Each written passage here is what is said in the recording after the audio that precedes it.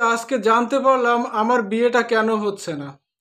আপনারা সবাই জানেন আমি ইদানিং বিয়ে করার জন্য পাত্রী দেখাদেখি চলতেছে সারা বাংলাদেশে, এমনকি বাইরেও চলতেছে পাত্রী দেখাদেখি।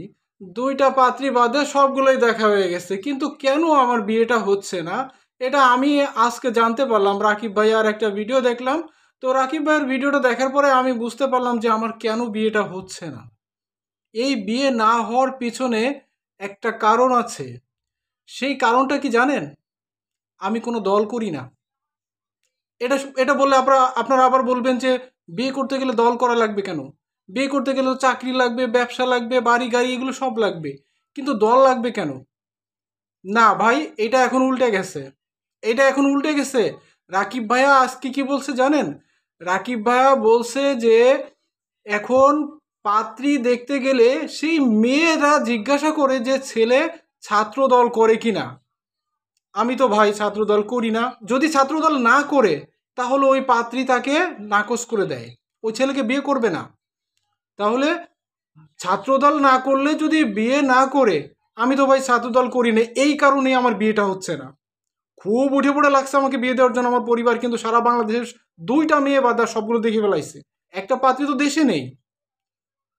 আর এই কারণটা কিন্তু আমার বিয়ে না হওয়ার পিছনে মূল কারণটা হচ্ছে এইটা। আমি তো ভাই বুঝতে পারছি না যে আমার মতো একটা মানুষের কেন বিয়ে হবে না। আমি তো একটা ছেলে মানুষ, আমি একটা ইয়াং মানুষ, আমার বিয়েটা কেন হচ্ছে না।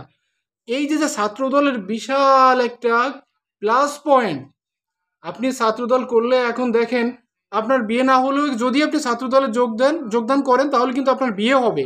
আর এই যে যে বিশাল একটা অর্জন, আমি কিন্তু এটা সাধারণ চোখে দেখি না।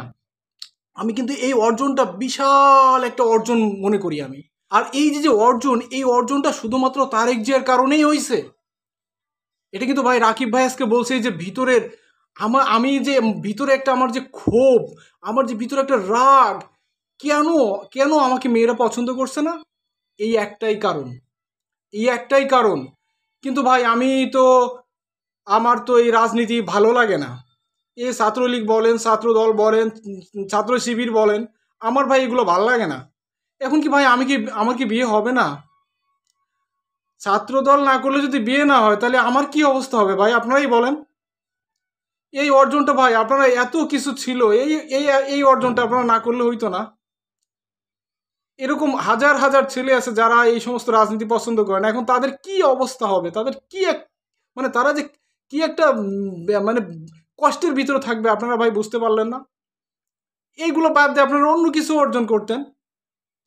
আমি ভাই, আমি খুবই কষ্টে আছি, তারপরেও কিন্তু আমি ভাই বিয়ে না হয় না হোক আমি এই দল করব না, কোনো দল করব না। আমি এই দল আমার ভালো লাগে না, ঠিক আছে?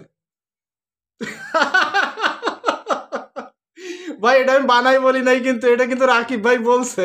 আপনারা দেখবেন যে রাকিব ভাই বলছে যে এখন পাত্রী দেখতে গেলে পাত্রীর বাবা মা জিজ্ঞাসা করে ওই ছেলেকে ছাত্রদল করে কিনা, ছাত্রদল করলে বিয়ে হবে, না করলে বিয়ে হবে না। এর এই যে যে অর্জন, এই অর্জনটা শুধুমাত্র তারেক জিয়ার কারণে হয়েছে। এটা আমার কথা না, এটা রাকিব ভাই বলছে, ঠিক আছে? অনেকে রাকিব ভাইকে চাচু বলে ডাকে, আবার কেউ ওই যে কমান্ডার বলে ডাকে। আমি সেই জায়গাটার নাম বললাম না, কমান্ডার বলেও ডাকে অনেকে।